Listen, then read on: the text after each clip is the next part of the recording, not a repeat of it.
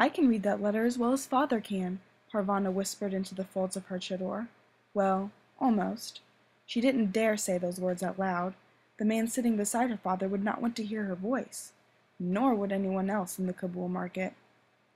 Parvana was there only to help her father walk into the market and back home again after work. She sat well back on the blanket, her head and most of her face covered by her chador. She wasn't really supposed to be outside at all.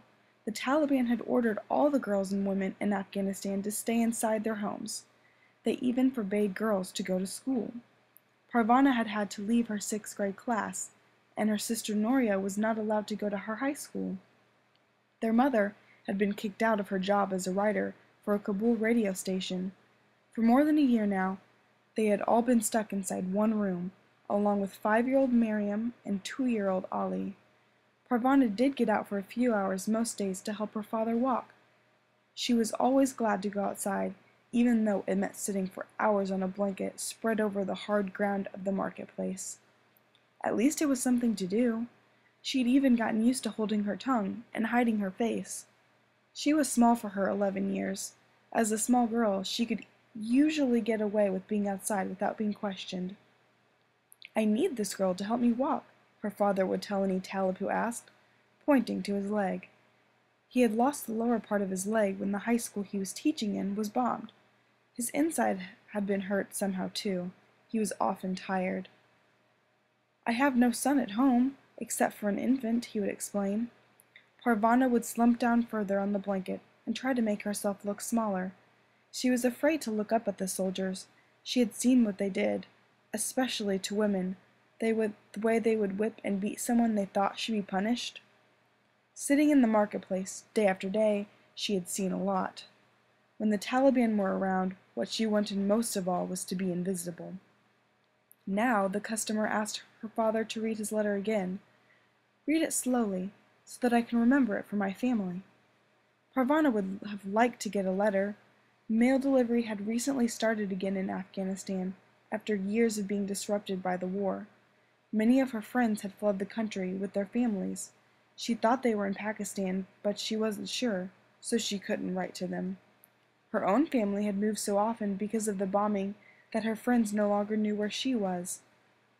"Afghans cover the earth like stars cover the sky," her father often said. Her father finished reading the man's letter a second time. The customer thanked him and paid. "I will look for you when it is time to write a reply." Most people in Afghanistan could not read or write. Parvana was one of the lucky ones. Both of her parents had been to university, and they believed in education for everyone, even girls. Customers came and went as the afternoon wore on. Most spoke Dari, the same language Parvana spoke best. When a customer spoke Pashto, she could recognize most of it, but not all. Her parents could speak English too. Her father had gone to university in England. That was a long time ago. The market was a very busy place. Men shopped for their families, and peddlers hawked their goods and services. Some, like the tea shop, had their own stalls. With such a big urn and so many trays of cups, it had to stay in one place. Tea boys ran back and forth in the labyrinth of the marketplace, carrying tea to customers who couldn't leave their own shops, then running back again with the empty cups. "I could do that," Parvana whispered. She'd like to be able to run around in the market, to know its winding streets as well as she knew the four walls of her home. Her father turned to look at her. "I'd rather see you running around a schoolyard." He turned around again to call out to the passing men. "Anything written, anything read, Pashto and Dari. Wonderful items for sale." Parvana frowned. It wasn't her fault she wasn't in school. She would rather be there, instead of sitting on this uncomfortable blanket.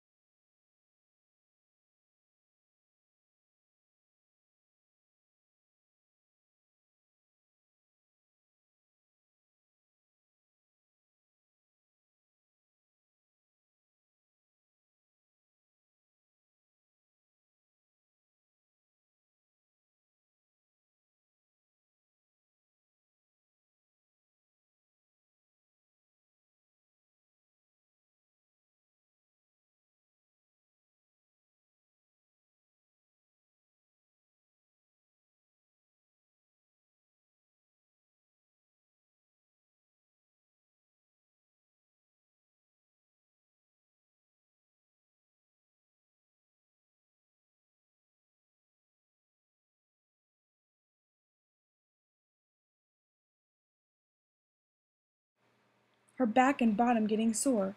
She missed her friends, her blue and white school uniform, and doing new things each day. History was her favorite subject, especially Afghan history. Everybody had come to Afghanistan. The Persians came 4,000 years ago.